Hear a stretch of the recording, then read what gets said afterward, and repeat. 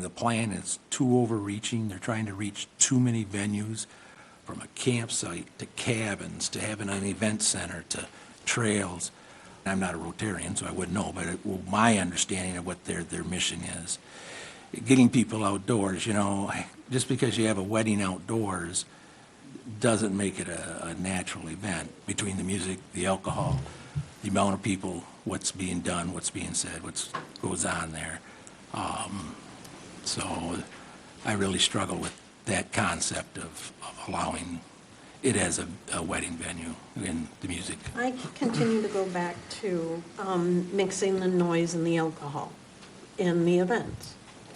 So I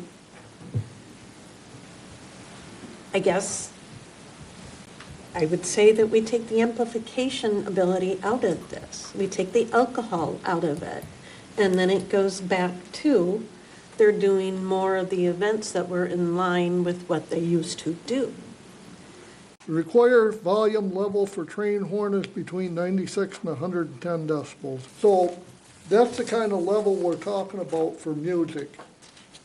And if I can hear a train or a siren 2 miles away with all the woods that's between us, I gotta believe that you're gonna hear it across them lakes, and them people on those lakes are gonna hear it all the time. I remember looking at a property that was on the lake, and I said to my husband, I'm not really sure that I want everybody to hear my conversation, because I know that travels. I've been to some wild weddings, and I know that, all DJs aren't the same.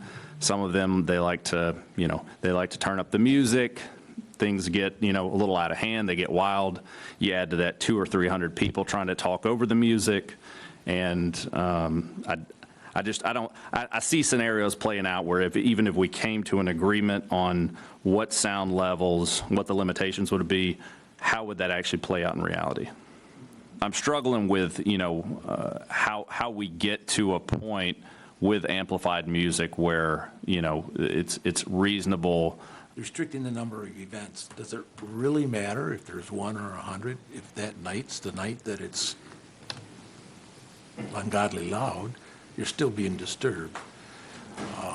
So restricting the number doesn't, to me, do much, other than it doesn't happen every weekend. But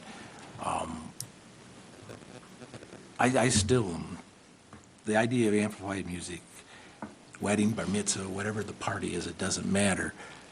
It's still not going to be quiet, and it's going to be very disruptive. Okay, so I'm hearing amplified sound and alcohol. Is that correct? Or the two bases for not meeting that standard?